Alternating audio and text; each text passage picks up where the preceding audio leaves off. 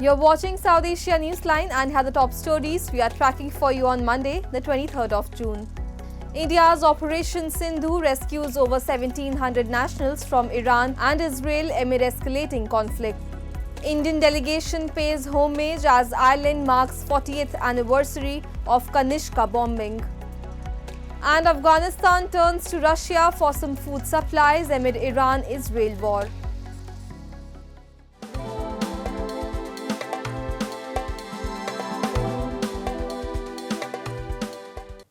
And now for all the details. As the Middle East plunges deeper into chaos with Iran and Israel locked in a fierce military showdown, India is navigating the crisis with precision. Over 1,700 Indian nationals have been safely evacuated from the conflict zones under Operation Sindhu, alongside citizens of Sri Lanka and Nepal. We have a report. As tensions peaked between Israel and Iran, India launched Operation Sindhu to swiftly evacuate its nationals. By June 22nd, over 1,700 Indians were flown out from the conflict zone via chartered flights, according to India's foreign ministry. Evacuees thanked the Indian government and its mission in Tehran, citing worsening conditions in Iran. Deputy Foreign Minister Pabitra Margarita said more flights are scheduled in the next 2 to 3 days, and over 160 Indians who crossed into Jordan from Israel will be repatriated soon. Extending support, India also evacuated Sri Lankan and Nepali nationals from Iran. Nepal's Foreign Minister Arzu Rana Deoba thanked her Indian counterpart S. Jaishankar on X, calling it a testament to strong Nepal-India ties. Sri Lanka's Foreign Minister Vijitha Herath echoed the sentiment, praising India's timely help and deep bilateral bond. And the total number of evacuated Indian nationals from Iran stands now at 1,713, and we have scheduled 2-3 more flights from Iran for the next 2 days. And the same way, we are in constant contact with all our Indian nationals residing there in Iran and Israel also. So I'm very glad to say that from Israel also 162 Indian nationals have already crossed border to Amman of Jordan, and within a day or two those Indian nationals will also be brought safely to India. बहुत अच्छा काम किया Indian government ने, मोदी जी ने, हमारी Indian embassy ने। जितने भी वहाँ लोग फंसे हुए हैं, स्टूडेंट फंसे हुए हैं, कम से कम वहाँ 10,000 स्टूडेंट है, और सबको मोदी जी निकाल रहे हैं। और जितने भी वहाँ लोग घूमने गए हैं, ज़ायरीन हैं, जो वहाँ के लोग इंडिया के वहाँ रहते हैं, सबको मोदी जी बहुत अच्छे से निकाल रहे हैं। किसी का कोई रुपया नहीं लग रहा है, सबको रहने के लिए बहुत अच्छा होटल दे रहे हैं, बहुत बढ़िया खाना दे रहे हैं, बहुत ही लाजवाब सिस्टम है। As the Iran-Israel conflict escalates with the US bombing nuclear sites in Iran, Tehran has said it will close the Strait of Hormuz, a key global energy choke point. Around 20% of global oil and 25% of LNG pass through this route. However, India's Petroleum Minister Hardeep Singh Puri said the impact on India will be minimal, citing diversified crude import sources and ample reserves.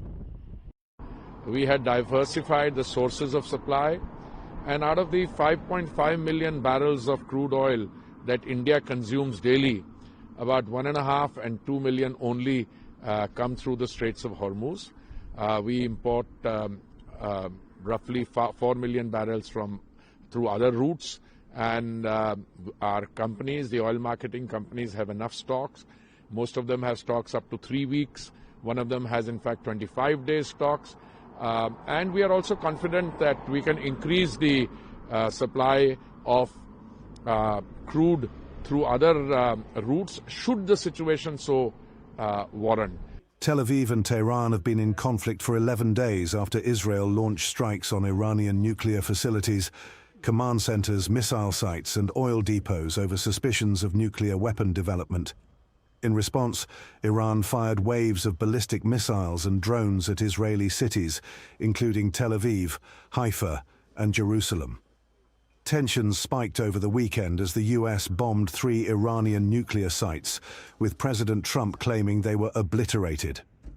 Maintaining neutrality, New Delhi has urged restraint, with PM Modi speaking to both Israeli PM Netanyahu and Iranian President Pezeshkian to push for dialogue and de-escalation. And a high-level Indian delegation led by Union Minister Hardeep Singh Puri on Monday paid homage at the Air India Memorial in Ireland's Cork as they observed the 40th anniversary of the Air India 182 terror attack. Puri, alongside other lawmakers from India, took part in the remembrance ceremony, which was also attended by Ireland's Prime Minister Michael Martin, Canadian ministers and several other international dignitaries. Puri said the attack on Air India flight Emperor Kanishka is stain on humanity. He added the tragedy was not an accident but was a deliberate, heinous attack carried with extremist elements associated with fringe radical movements trying to weaken nations with such actions of terror.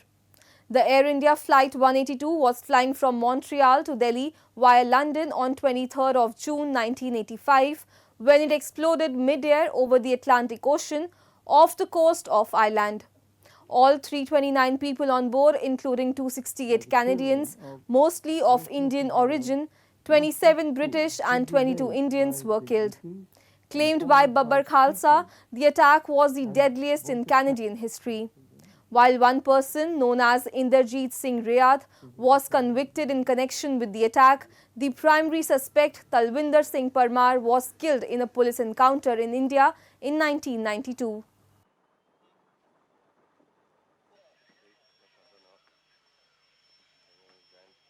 Women and children, more than 80 children had boarded that flight expecting to return their loved ones. They never did. This tragedy was not an accident. It was a deliberate, heinous attack carried out by extremist elements associated with fringe and radical movements who sought to weaken and still seek to weaken countries by such actions through terror. Sadly, this is not merely an episode of the past. Terrorism and extremism remain a very real present-day threat. And thousands of protesters marched in Pakistan's largest city, Karachi, and the capital, Islamabad, on Sunday, denouncing US airstrikes on Iran and Israeli aggression in the region, with some trampling on a US flag bearing US President Donald Trump's image. The demonstrations came after Pakistan's government condemned Trump's decision to bomb Iranian nuclear facilities, calling it a violation of international law. The unprecedented escalation of tension and violence owing to ongoing aggression against Iran is deeply disturbing, Pakistan's foreign ministry said, warning of severe regional consequences. Prime Minister Shehbaz Sharif conveyed Pakistan's condemnation in a call with Iran's president. Protesters criticized Islamabad's earlier suggestion of nominating Trump for the Nobel Peace Prize for support in de-escalation during Pakistan's conflict with India, a claim New Delhi has rejected.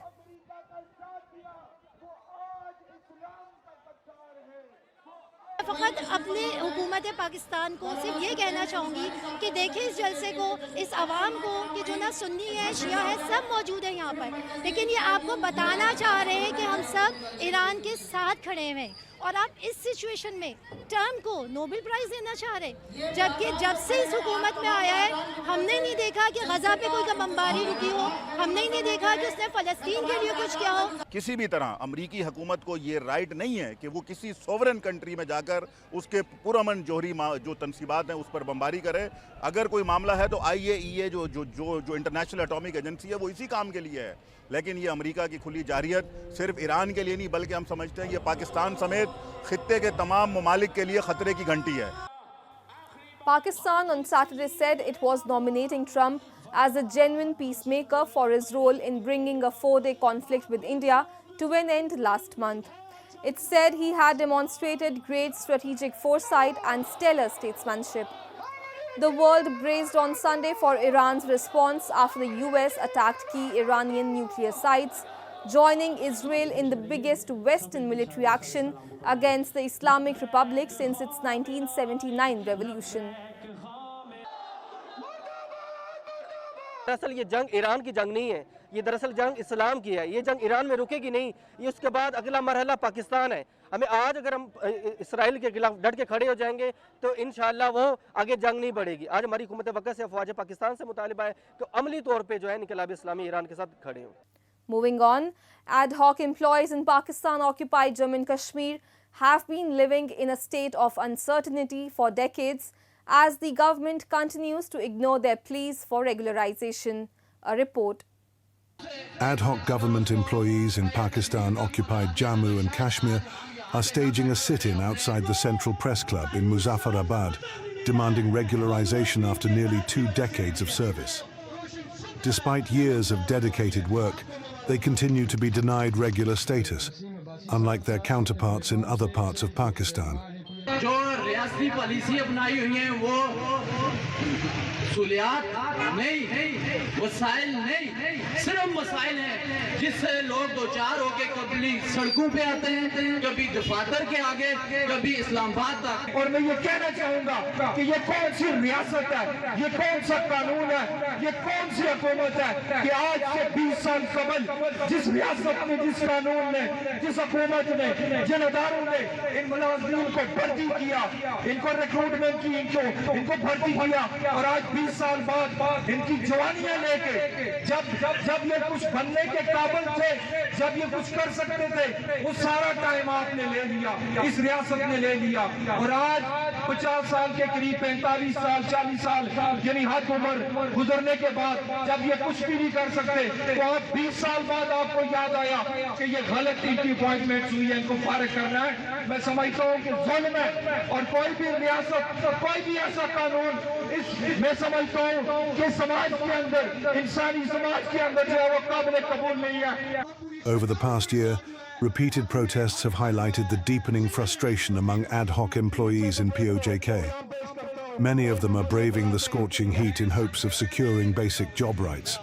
They say their youth has been spent in service and now, facing job loss, their families are left with no future. And Taliban-controlled Afghanistan has turned towards Russia for some foodstuffs amid the conflict between Israel and Iran, one of its largest trading partners, especially after the recent involvement of the United States. Acting Minister of Agriculture, Irrigation and Livestock of Afghanistan, Atullah Omari, informed Reuters that the country is in discussions with Russia to import some food items. As relations between Russia and the Taliban have been improving, an Afghan delegation is visiting Russia's main economic conference in St. Petersburg this week to meet Russian agriculture officials. There is widespread concern due to the recently erupted war between Israel and Iran that could disrupt trade flows to Afghanistan. Iran supplies Afghanistan with sugar and vegetable oil as well as some dairy products among other commodities. Omari said that the country is now seeking wheat rather than flour from Russia.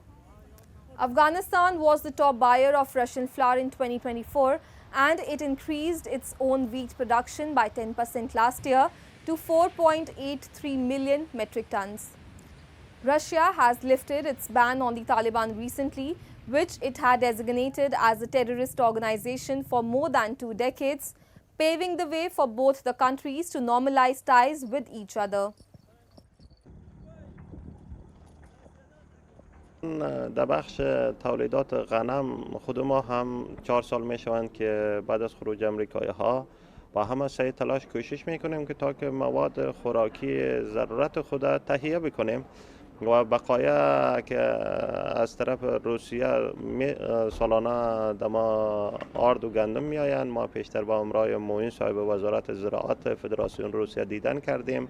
در این باره هم با امرایشان صحبتایی داشتیم، از ایشان تقاضا کردیم که در جای آرد برای ما گندم بتین و همچنان در ارتباط دیگه محصولاتی که از روسیه سالانه به ملک ما می آیند. Moving on, Nepal's anti-graft agency, the Commission for the Investigation of Abuse of Authority, CIAA, has filed a corruption case against Milan Kumar Thapa, member secretary of Pashupati Area Development Trust, and 15 others as defendants in the case registered at the special court on Sunday in connection with procurement irregularities related to the electric crematorium project. According to CIAA, the accused colluded to embezzle over 103.3 million Nepali rupees by deliberately inflating cost and violating public procurement rules in the purchase and installation of cremation machines at the electric crematorium located at the Aryaghat in Pashupati area. The equipment installed was later found to be a substandard quality, failed to function properly, and remains non-operational. Important procurement conditions were also allegedly amended without valid reason to favor a specific bidder. In addition, the project's terms of reference were designed to sideline and exclude genuine competition by setting unusually high experience requirements. The CIAA has demanded legal penalties against all individuals and entities involved.